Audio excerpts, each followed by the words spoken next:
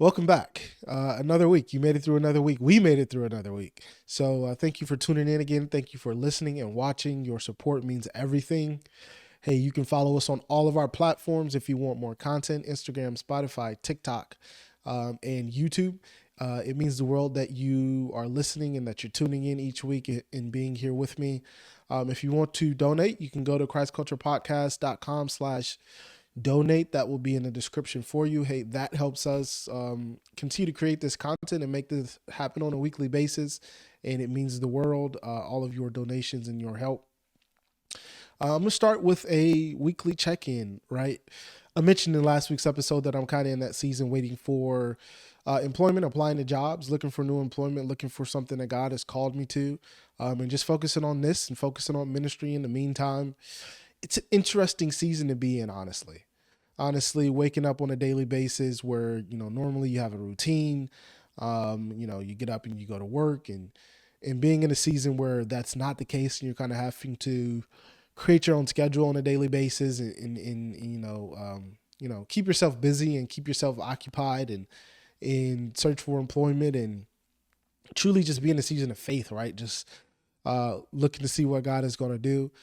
It's different. It's different. That's what I'll say. It feels different. And some days are better than others. Some days I wake up and, I've got the day planned out and I know what to do and I know what I'm going to work on and I know, kind of the flow of the day. And other days it's kind of just like, okay, God, I stepped out on faith and I'm trusting in you, but I don't quite see the plan. So that's the truth of the matter. That's, where I am in this season. But um, like I said, I truly have faith that God is going to move, and I'm excited for whatever He does in my life to come here and share with you all.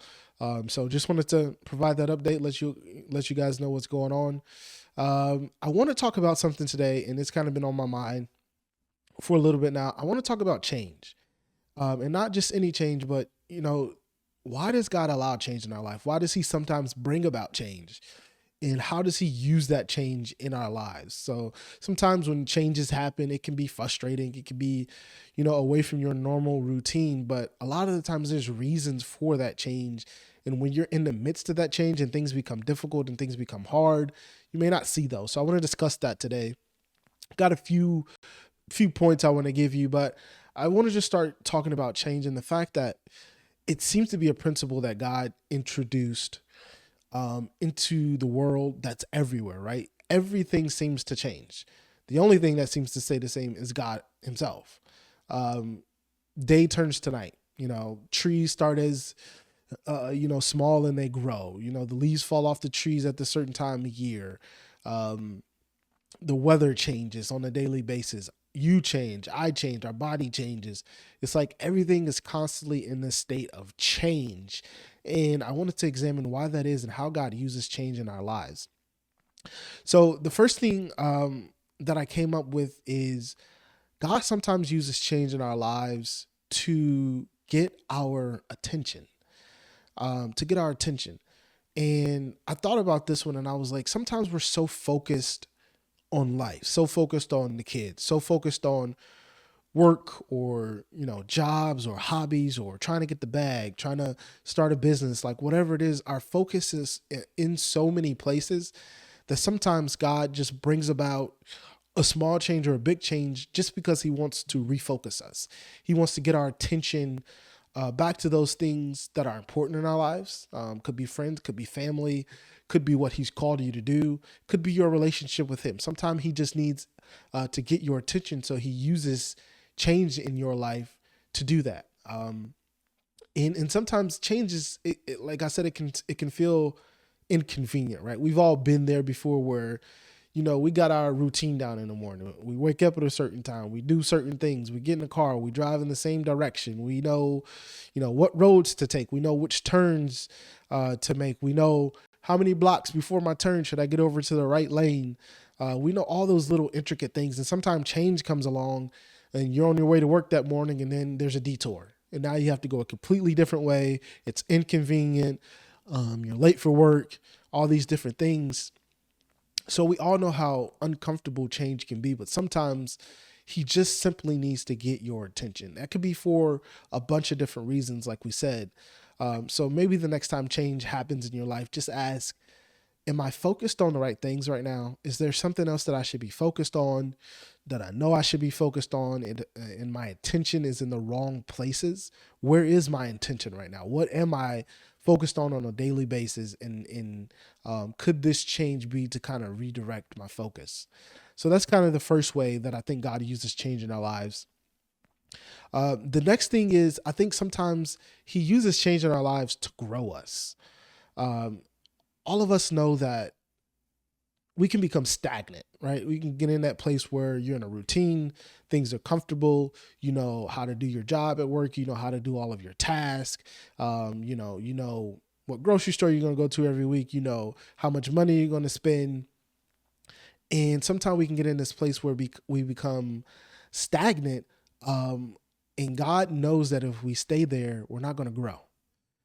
Think about it just like when you go to the gym, right? If you took a 10-pound dumbbell and you lifted it 30 times, and then you came back the next day and you did the exact same thing, and the next day you did the same thing. Well, in the first week, maybe you see a little muscle growth because your muscle's not used to that, right? But if you did that same exact thing every day for, a month, at some point your muscle's going to reach the full potential of growth doing what you're doing. And you have to put more resistance on that muscle. You have to change what you're doing to it in order for it to grow more. And the same thing with God. Sometimes he sees us and we're just doing the same routine. We're doing the same pattern, and we've reached the potential of growth doing that. And he brings about change because he wants us to grow. He wants us to level up, to go to that next level. And he knows without change, you're not going to move. You're going to stay where you are. So he brings about a little change in your life to help you grow. And then the last way I think that he uses change in our lives to help us grow. This one kind of really spoke to me when he revealed this one to me. It kind of really touched my heart and touched my mind and kind of gave me a different perspective. But the last reason I think God uses change in our life is to answer our prayers, believe it or not. And when he first said this to me, I was like, okay, well, what do you mean by answer our prayers? Sometimes we pray to God for things and we want things and he has no issue giving it to us. It's just that the current environment that we're in, whether that be physical, mental, spiritual, whatever, is not conducive for the prayer to be answered. And so he has to change where we are, whether that be, again, physical location, mental, status, like whatever it is, he has to change that in order to answer your prayer. So you may be praying for something and then change comes about and you resist the change, but you don't actually realize the reason that change is coming is because God is trying to answer the prayer that you've been praying to him. So, I'm always going to give you an analogy, right? I want you to think about your prayer like a plant. And here's what I mean by that. Some plants can only grow in certain climates, certain areas of the world. And sometimes when we pray to God, the prayer that we're praying and the thing that we're asking him for we're not in an environment conducive for our prayer to be answered. So he may have to move us. And that doesn't mean a physical location move. It can, but could also be spiritually or mentally. He has to move us and bring about that change in our lives in order to answer that prayer. So maybe here you are asking God, bring that right person into my life, right? Bring me that person where I can have a long lasting relationship, a loving relationship with them. Bring them into my life. And then all of a sudden you start going through all these mental changes and you're feeling all these repressed traumas coming up and things that you need to deal with. And you're wondering what's going on. And that's that change that God is allowing to happen in your life so that you can deal with those undealt with traumas and get yourself to a better place mentally so that he can bring that person. Because he knows if he brings that person before that happens, you won't have a loving, positive relationship. And so he brings about that change in order to facilitate answering your prayer.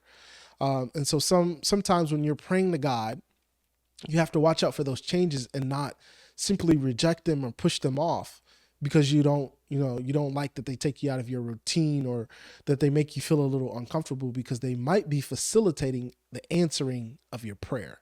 So all in all, I think we should just get to a place where we don't always recognize change as something bad and that we realize, hey, maybe God's just trying to refocus me and get my attention. Maybe he's actually trying to grow me in this season and that's why I'm seeing all these changes happen. Or maybe I prayed something to him, and in order for him to answer that prayer, he has to bring about some changes in my life. And I think if we just think about those things, that it will help to kind of, reframe our thoughts and reframe our perspective and help us to better deal with that change. I want to talk about a time where change happened in my life, right? I always try to give you a real world example and how the changes were uncomfortable for me. But ultimately, it was through the change in the situation that God allowed in my life that actually worked on my behalf.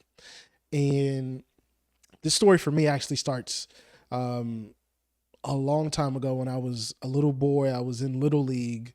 And one day during the game, my hip started hurting and I didn't know what was going on. And the injury kind of lingered, but it kind of went away after, the season or whatever. And then when I got into middle school, my last year in middle school, the injury came back during the season. And I kind of just had to play through it, and my hip was hurting, every game. It was very uncomfortable. It was just this nagging thing. And then I get into high school and I try out for, football, and all is well. I make the varsity team, and a few days into practice, all of a sudden my hip starts hurting again. And now I'm in this season where, it's like, okay, you're a freshman, you made the varsity team, but you're going to have to go back down to freshman and go through rehab and get healthy, because you can't be on the field. And it was just, I was in this down season. I'm like, what's going on? Why won't this injury go away? So I was out of football for some weeks, and then I kind of got to a place where I thought it was kind of getting better, and I was just so eager and ready to get back on the field. And I went down to freshman, and I was about to play with the freshman team, and went out to the first practice, and I had wrapped it up as best as I could, and I was excited to get back on the field. And we're going through the warm-ups and everything, and then right when we get ready to do sprints, I come up out of my stance and I just feel this pain that I've never felt before. And it was in my hip, and I immediately just stopped because I knew something was wrong.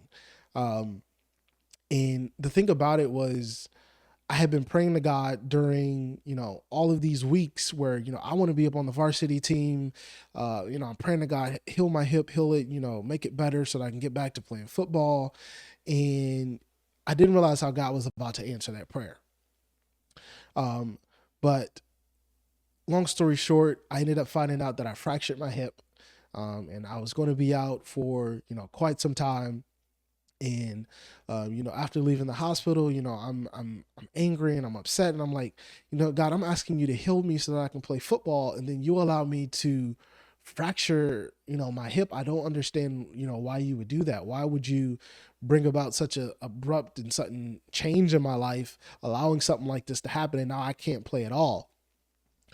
Well, about 2 months go by, and, I heal up and I start doing the rehab, and about 2.5 months in, I'm feeling totally better. And I'm like, I want to get back on the field. I don't care how long they say I'm supposed to be out. And,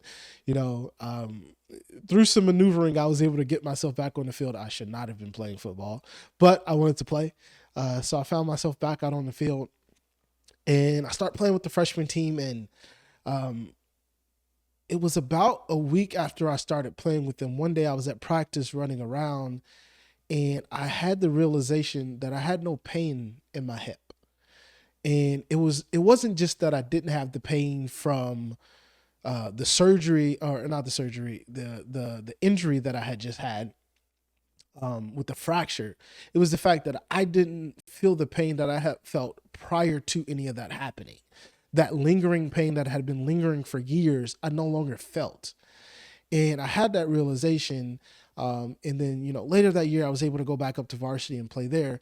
But I had the realization years later that I was praying that prayer for God to heal me and to make me better so that I could get back to playing football and get back up to varsity.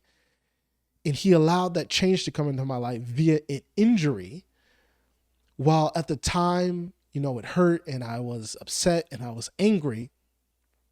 Whatever happened with my hip during that injury, when it healed back, it fixed the initial problem that I had. So now here I was, not only healed, but I was pain-free. I was able to go up to play varsity, and I never dealt with that injury again. And that's just what I mean by sometimes God can be using change to facilitate answering prayers in your life. Is that sometime a change comes and it does not feel good, but it's in hindsight after you get through it and look back and you realize God was actually using that to answer my prayer. So even though it didn't look like it and it didn't feel like it, it was necessary. So don't always just look past the changes in your life and try to reject them or try to stay in such a comfortable position all the time, because sometimes you need that change to grow. You need it to refocus you, and you needed for God to answer the prayers that you've been praying to Him. Let's go ahead and get into some questions. We got questions today that are kind of tailored around our topic of change, so I thought it'd be cool to go ahead and just jump right into them after our discussion. And the first question is, how do I know if a change in my life is from God or is it just my own desire? That is a really, really good question. And I don't know if there's a straightforward answer, but a few things come to mind. Number one, if your heart posture is in the right place, right? And you are seeking God on a daily basis, and you are in relationship with Him, and you are trusting Him, and you are listening to Him, and you are discerning those things which He is doing in your life, a lot of the desires that are within you will be placed there by Him. A lot of those desires come from Him. Now, when you're straying and you're away and you're out trying to do things on your own, that's when you can question a lot of the desires that come up within you because they're not rooted in God. So again, when your heart posture is in the right place, when you're doing the right things as far as your relationship with God, He will place a lot of those desires in you, so you'll know that they are from Him. The other thing that comes to mind is, these desires, do they glorify God, and are they kind of in accordance with what you believe He's called you to do in your life, right? If those desires come up and they are selfish desires or things that only please you and are only for you, then that's when you can question, are they actually from God? When those desires come up and they somehow glorify God, or they help others, or they are, in accordance to what you believe your purpose and your calling is in life, then a lot of the times those are those desires that God has placed in you. So those are the two things that come to mind when I think about the question that you just asked. The next question is, why is change so hard, even when I know it's good for me? I think one of the main reasons change is hard is because it's different. And anytime something's different than what you're used to, it works different muscles within you. It works different mental muscles within you, causes you to have to do things that are maybe outside of your comfort zone, or outside of what you know and what you do normally. And whenever that is, it can feel hard and it can feel difficult because there's a learning curve. So think about, like, if you're at a job for a long time and you know what to do, you know how everything works, you know where everything is, and then you switch to a new job, that change can feel very difficult because you don't know where the coffee pot is to go get your coffee during the break. You don't know what type of forms they use for this and that. You don't know what their protocols and their things are. And there's a huge learning curve involved in it. So I think a lot of the times that's why change is so hard, is just because it's different, and it causes you to have to grow, to learn, to work those muscles that you don't normally work. And that can feel kind of difficult. Let's do one more here. This one says, what if I'm afraid that changing means losing parts of myself I actually like? That is a really, really good question. Um, as you grow and as you evolve, there are going to be parts of yourself that change and that go away. And that's okay. And I don't think that's a reason to be afraid of the change, afraid of losing parts of yourself, because at the end of the day, if you're living a life in Christ and you're trying to do the right things and you're trusting in Him and He's working in your life, there are going to be parts of you that He separates and that He sifts. The thing that keeps coming to my mind is separating the wheat from the tare, right? If you know anything about separating the wheat from the tare in certain cultures, they take it and they throw it up in the air, and it separates the wheat from the chaff, is what they call it. So the chaff is so light that when they throw it up in the air, the chaff will actually blow away, and then the wheat will fall to the ground. And the wheat is actually what you want. The wheat is what you can turn into other things. You don't want the chaff. And I think we're all kind of in that constant state of being sifted by God to get those parts of us out that he doesn't want, and to leave the stuff that's important. And I think that when change comes about, a lot of the times that's the process that he has us in. And that can give you that reassurance that you're not going to lose parts of yourself that need to remain, because, God's in control. So I would just say, trust in him and trust that whatever parts of yourself may leave due to that change need to leave in order for you to become the person that you need to be. Let's get into our next segment called The Perfect Brew. This is where we take real world issues, things that people are dealing with, and we try to tailor that perfect brew just for them, something tailored directly to them and what they're dealing with, and try to give some advice and some guidance the best that we can. So I'm going to roll the intro and then we'll get right into it.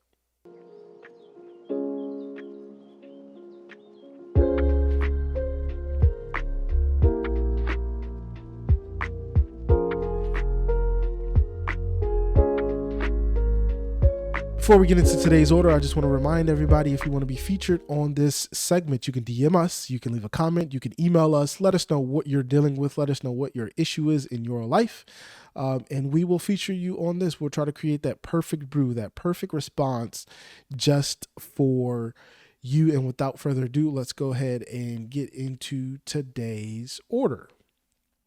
It says, I recently gave my life to Christ about a year ago. Since then, I've really been trying to grow in my faith. I go to church regularly, and I'm trying to surround myself with the right type of people. The issue I'm having is that my closest friends are not on the same path. We've been tight since high school, but now all they want to do is party and talk about stuff that I don't want to talk about anymore. I feel torn because I love them and don't want to seem like I'm judging them, but I also don't want to keep being dragged down into situations that pull me away from my path. How do I keep my faith strong without losing my friends? Should I walk away or keep trying to bring them with me? Wow, that's a tough situation, and one that I think a lot of believers find themselves in, especially when they first start out on their walk. Is that separation of those around you. And that's not a bad thing. That's not a bad thing. I want to just start there and tell you, there are going to be some people in your life that after you start your faith walk, they will no longer be in your life, and that's okay. Some people are in your life for a season. They're only there for a season, and God has placed them there for various different reasons. And then the season comes where they no longer need to be in your life, and that's okay. It may be difficult, especially if you've known them for quite some time. But just believe that the same way God has you on a path and a different path, that God's going to take care of them as well. The other thing that I'll say is those people who are truly your friends and they truly care about you and believe in you, they'll support you on that path, right? They're not going to look down on you or bash you or talk bad about you. Even if they choose a different path or they have a different way that they want to go in their life, or they don't share the same beliefs that you have, they'll still be there for you. They'll still be a friend. The friendship may look different. You may not hang out as much, or you may not be able to have some of the conversations that you had before, but they'll still be there for you. They'll still be a friend. The last thing I'll say about that is that when you make up your mind about wanting to pursue your faith, don't worry about how it affects other people. Worry about your walk with God, your relationship with God, growing that in becoming better in that, and becoming a better person, and doing those things which God has called you to do, and walking that path that he's called you to walk. And if it's affecting other people and they can't handle it, allow God to deal with them. Move on, separate yourself from them, and focus on what it is that you're doing. Don't change what you're doing trying to cater to them. just stick to your path. So I hope that helps. I hope that was the perfect brew just for you. I hope that you got something out of that. And again, if you want to be featured, just let us know what you're dealing with, and we will try to create the perfect brew just for you. Last but certainly not least, let's go ahead and jump right into SOS, subject on the spot. I will be given a random subject in 60 seconds to come up with a little message, a little sermon on it. So I'm going to pull up the app that's going to give us a random topic today. And when I click the button, it comes up with roads.